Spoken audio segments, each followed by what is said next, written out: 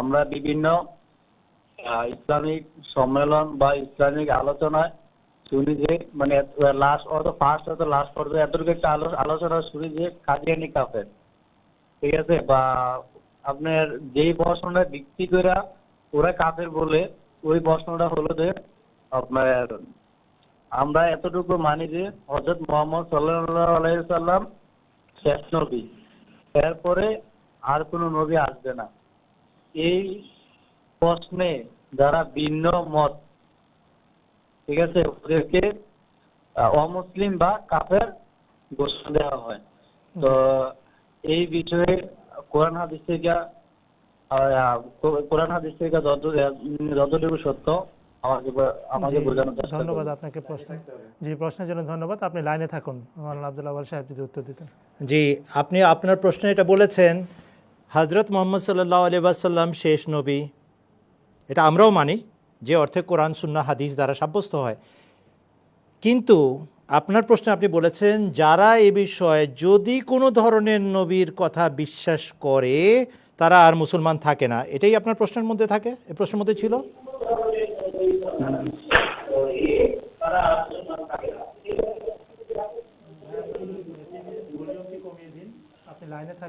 আপনি আমার সাথে আছেন কিনা আমি জানার জন্য প্রশ্নটা করেছি। কোন ধরনের নবী বিশ্বাস করলে সে আর মুসলমান থাকে না, এই কথাটাই আপনার প্রশ্নের মধ্যে আপনি করেছেন। মানে আমি বলতে চাইছি যে মানে হযরত মুহাম্মদ সাল্লাল্লাহু আলাইহি সাল্লাম আমরা জানি যে উনি শেষ নবী, ওনার পরে আর কোনো নবী আসবে না। ঠিক, ঠিক আছে, হাদিস দ্বারা তা প্রমাণিত। ঠিক। আমরা বিভিন্ন ইসলামিক আলোচনা বা ইসলামিক সম্মেলন থেকে আমরা যে প্রশ্নটা শুনি কি যে কাদিয়ানীকে কেন কাফের বলা হয়, এই প্রশ্নটার আমি আপনার প্রশ্নটা শুনেছি, বলতেছি কি ওই প্রশ্নটার আমি আপনার প্রশ্নটা শুনেছি, আমি আপনার প্রশ্নটা শুনেছি। আমি শুধু যাচাই করার জন্য আমি আবার দ্বিতীয়বার আপনাকে প্রশ্ন করেছি যেন আপনি স্পষ্ট করে বলেন যদি কোনো ব্যক্তি এরকম কথা বলে যে হযরত মুহাম্মদ সাল্লাল্লাহু আলাইহি ওয়াসাল্লামের পরে অমুক ব্যক্তি নবী হিসেবে আসবেন, সে আর মুসলমান থাকে না, এটা কি আপনার প্রশ্নের অংশ ছিল? ধন্যবাদ, বাস ধন্যবাদ, এতটুকু জানার ছিল। এখন উত্তরটা শুনেন। হযরত মুহাম্মদ সাল্লাল্লাহু আলাইহি ওয়াসাল্লাম খাতামান নবীন, তিনি নবীগণের শ্রেষ্ঠ, নবীগণের সিলমোহর, নবীগণের আংটি, নবীগণের সৌন্দর্য বর্ধনকারী, নবীগণের গুণাবলী পরিবেষ্টনকারী এবং নবীকুল শিরোমণি। সব অর্থে আমরা হযরত মুহাম্মদ সাল্লাল্লাহু আলাইহি ওয়াসাল্লামকে খাতামান নবীন বলি। এমনকি যদি খাতামান নবীনকে শেষ নবী অনুবাদ করা হয় সেটাও মানি। কোরআন শরীফ শেষ শরীয়ত বাহক নবী হিসাবে কোরআন শরীফকে ধারণ করেছেন তিনি, সেই হিসাবে তিনি শেষ নবী। যার প্রতি শেষ শরীয়ত নাজিল হয় তিনি শেষ নবী, এই অর্থেও তিনি শেষ নবী। যে ব্যক্তি আধ্যাত্মিকতার শেষ মার্গে উপনীত হন তিনি শেষ নবী। যার কথা এবং শিক্ষা চূড়ান্ত, এরপরে কিয়ামত পর্যন্ত নতুন কোনো বিধান আসবে না, তিনি শেষ নবী। এই পর্যন্ত আপনাদের সাথে আমাদের সাথে একদম হুবহু মিল। এর পরের ধাপটা চিন্তা করে এখন উত্তরটা নেবেন, মনোযোগ দিবেন। হুজুর সাল্লাল্লাহু আলাইহি ওয়াসাল্লাম বলেছেন মুসলিম শরীফ কিতাবুল ফিতনে বাব জিক্রু আলামাতিদ দাজ্জালে হযরত নওয়াজ বিন সামান রাদিয়াল্লাহু আনহু বর্ণিত হাদিসে স্বয়ং রাসূলুল্লাহ সাল্লাল্লাহু আলাইহি ওয়াসাল্লাম দাজ্জালের আগমন বার্তা শোনানোর পর আগমনকারী ঈসাকে নবিউল্লাহ বলে চারবার উল্লেখ করেছেন। বলেছেন ফায়ারগাবু নবিউল্লাহি ঈসা আলাইহিস সালাম ওয়া আসহাবুহু ইয়াহবেতু নবিউল্লাহি ঈসা আলাইহিস সালাম ওয়া আসহাবুহু ফায়ারগাবু নবিউল্লাহি ঈসা আলাইহিস সালাতু ওয়া সালাম ওয়া আসহাবুহু ওয়া ইউহসারু নবিউল্লাহি ঈসা আলাইহিস সালাম ওয়া আসহাবুহু। চারবার ফেল মুজারে, যেটা ভবিষ্যৎকালের নির্দেশক, সেখানে উল্লেখ করেছেন আগমনকারী ঈসা নবিউল্লাহ হবেন, নবিউল্লাহ হবেন, নবিউল্লাহ হবেন, নবিউল্লাহ হবেন। কে বলেছেন? স্বয়ং হযরত মুহাম্মদ সাল্লাল্লাহু আলাইহি ওয়াসাল্লাম বলেছেন আমি খাতামান নবীন, আমি বলছি আমার পরে ঈসা নবিউল্লাহ আসবেন।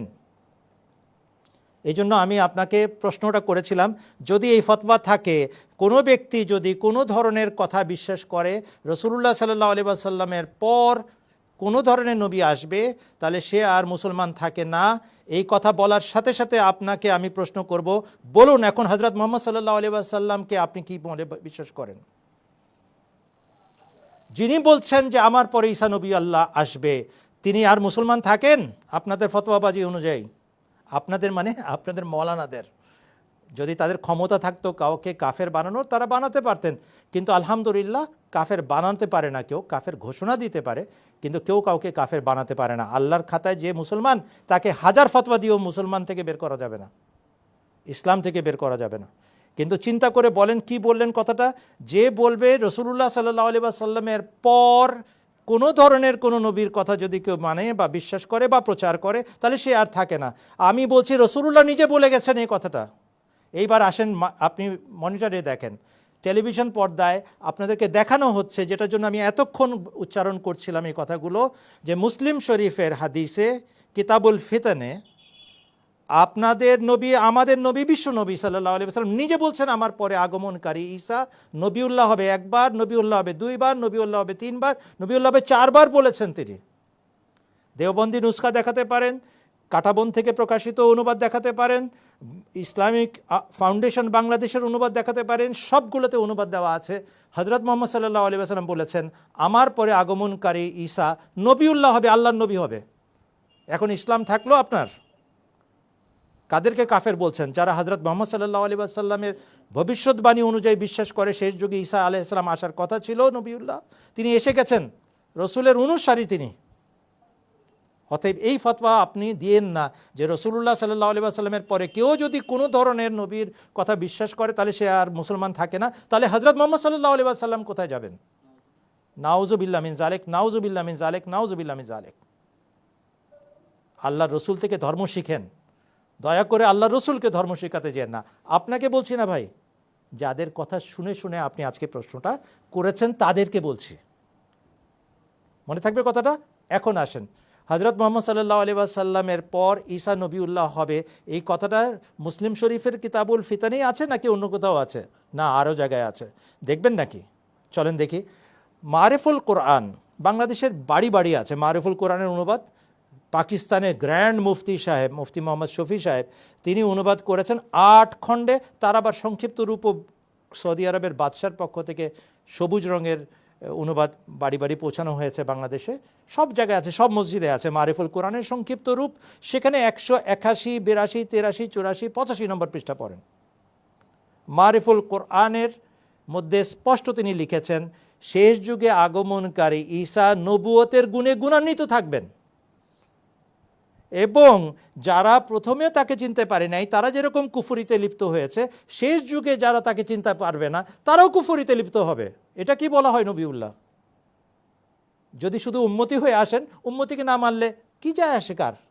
হ্যাঁ, নবিউল্লাহকে না মানলে অবশ্যই ঈমান হারায় মানুষ। ওই একই কথা স্বীকার করছেন, একটু উল্টা মাথায়, উল্টা কথায়, একটুখানি মুখটা ঘুরিয়ে বা হাতটা ঘুরিয়ে খাওয়া দাওয়া। আচ্ছা, শুধু কি মুফতি মোহাম্মদ শফি সাহেব এটা বলেছেন? জি না, আমাদের বাংলাদেশের গহারডাঙ্গা মাদ্রাসা যার নামে নিবেদিত মৌলানা শামসুল হক ফরিদপুরি সাহেব, মৌলানা শামসুল হক ফরিদপুরি সাহেব, যার উপাধি হচ্ছে শামসুল উলামা, তিনি বুখারী শরীফের তাফসীর লিখেছেন এবং হামিদা লাইব্রেরি চকবাজার থেকে এটা প্রকাশিত হয়েছে। সেখানে কিতাবুল আম্বিয়ার শেষের 2 হাদিসের ব্যাখ্যায় তিনি দুইবার বলেছেন, আগমনকারী ঈসা, ভবিষ্যতে যিনি আসবেন, তিনি ব্যক্তিগতভাবে নবী থাকিবেন বটে। গেলেন মৌলানা শামসুল হক ফরিদপুরি সাহেবও আপনাদের হুজুরদের ফতোয়া অনুযায়ী গেলেন কাফের হয়ে। মুফতি মোহাম্মদ শফিও কাফের হয়ে গেলেন। এর আগে আমি হাদিস শরীফের ঘটনা বলেছি, আমি আর ওটার পুনরাবৃত্তি করছি না। কি বিশ্বাস করেন? নিজের বানানো শরীয়ত না আল্লাহ এবং রসুলের বানানো শরীয়ত? হ্যাঁ, হযরত মুহাম্মদ সাল্লাল্লাহু আলাইহি ওয়াসাল্লাম শেষ শরীয়ত বাহক নবী, তারপরে কোনো শরীয়ত বাহক নবী আসবে না, তার আগের কোনো নবী আসবে না। কেননা হুজুর সাল্লাল্লাহু আলাইহি ওয়াসাল্লাম শ্রেষ্ঠ উম্মতকে সৃষ্টি করেছেন, জন্ম দিয়েছেন। অতএব তার মাতব্বরি করার জন্য বাইরের থেকে ইহুদি জাতির প্রতি প্রেরিত কোনো নবী আসবে না। কে আসবে? হুজুর সাল্লাল্লাহু আলাইহি ওয়াসাল্লামের দাসত্বে, হুজুর সাল্লাল্লাহু আলাইহি ওয়াসাল্লামের অনুসরণে এই উম্মতের মাঝ থেকে এই উম্মতের নেতা তৈরি হবেন। সৈয়দ বাড়ির মাতব্বর চাড়ালদের মধ্য থেকে আসবে না, সৈয়দ বাড়ির মাতব্বর সৈয়দদের মধ্য থেকে জন্ম হবে, এবং তাই হয়েছে। তাকে রূপকভাবে ঈসা ইবনে মারিয়াম বলা হয়েছে, কেননা তিনি ঈসার গুণে গুণান্বিত, ঈসার মতো যুগে আগমন করেছেন, ঈসার মতো রোগ বালাই দূর করার জন্য, ঈসার মতো পদ্ধতিতে চিকিৎসা করেন। এই জন্য তার নাম ঈসা ইবনে মারিয়াম রাখা হয়েছে। যেমন কাম তেমন নাম। অতএব ভাই, আপনাকে স্বাগত জানাচ্ছি আহমদিয়াতের ভুবনে, দোয়া করে ঠান্ডা মাথায় এক একটা জিনিসের উত্তর নেবেন, আর তারপরে জিজ্ঞেস করবেন নিজেকে, নিজের বিবেককে, আপনি কি ঠিক বুঝছেন? একটা প্রশ্ন করে শেষ করি আপনার প্রশ্নের উত্তর। হুজুর সাল্লাল্লাহু আলাইহি ওয়াসাল্লাম সবচেয়ে বড় নবী, তাকে মান্য করলে আল্লাহ পাওয়া যায় নাকি পাওয়া যায় না? আপনার উত্তর হবে অবশ্যই যায়। তা নাহলে উনি নবী কিসের? সবচেয়ে বড় নবীর অনুসরণ করে যদি আল্লাহর নৈকট্য পেয়েও কেউ দাবি করে আল্লাহ আমার সাথে কথা বলেছেন, আল্লাহ আমাকে ভালোবেসেছেন, হযরত মুহাম্মদ সাল্লাল্লাহু আলাইহি ওয়াসাল্লামের কাছে কারণে আমাকে আল্লাহ তাআলা গ্রহণ করেছেন, এটাতে রাগ করার কিছু আছে? এই দাবিটাই হযরত মির্জা গোলাম আহমদ কাদিয়ানী আলাইহিস সালাম করেছেন। ধন্যবাদ আপনাকে।